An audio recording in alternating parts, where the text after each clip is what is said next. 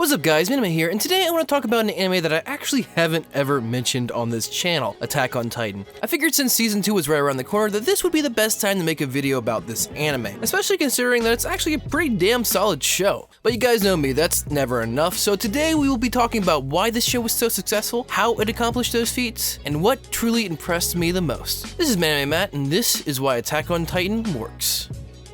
So why was Attack on Titan so successful? It's not a secret that when this show came out, it instantly became the most hyped anime of the year. This actually ended up being a double-edged sword, considering that just a year beforehand, another anime had a similar amount of hype around it, which led to many people being disappointed. Thankfully, Attack on Titan was not crushed by the hype or mediocrity, as the show started off with some seriously heavy-handed episodes. The show instantly sets the theme within the first 10 minutes of episode 1 and sticks to its gun until the very end, which is actually a pretty honorable feat when you look at it. Most other anime actually fail at what should be honestly a really simple task. Now granted, the first couple episodes are absolutely done in an exaggerated style to kind of drive home the point, but of course that kind of led to some of it turning into laughable material that you honestly should not be laughing about. The story itself is the perfect amount of vagueness for a show that is shrouded in mystery. There is just enough information revealed about the story to keep the hardcore theorizers happy while not pissing off the average viewer. There definitely seems to be some sort of intricate plot going on in this relatively terrifying world.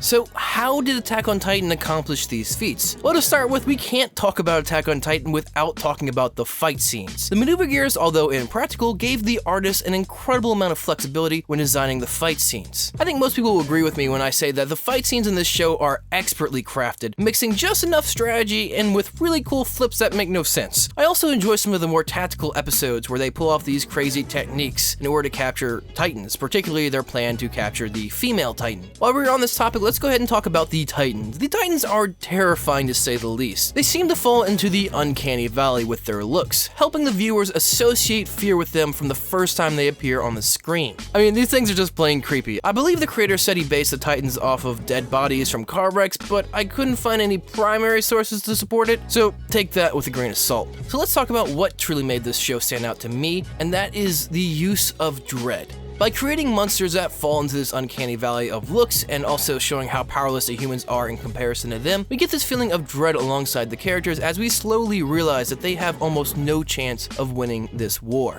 The show really emphasizes this by tricking the audience into hoping that they do have some sort of chance. After the first 2 episodes, no one really dies for a while, but then once the Titans break through the wall again, we see many characters that were fairly well established get killed off without a second thought, which once again reminds us of their impending doom. Another thing I really want to talk about in this anime is death. The fact they have no quarrels killing off characters in this anime is what I think really boosted it above from all the other anime. Before this anime, most shows wouldn't really have the balls to kill off main characters in such an undramatic way. I should probably clarify what I mean by an undramatic death. An undramatic death is when a character is killed off with no regard whatsoever. They just get their head blown off. They don't have any time to monologue or say their goodbyes, they just die with regrets. As a matter of fact, one of the characters in this anime dies without anyone knowing how. They just find his corpse and cleaning up after the battle. This is an undramatic death, which most studios are afraid of because it can piss off fans really badly. Overall, this show is far from perfect. I very intentionally avoided talking about certain subjects because these videos are mostly here to focus on the good aspects of the anime. Let me know down in the comments if you guys are excited for season 2 or not. As usual, if you guys like this kind of content, please consider supporting me on Patreon.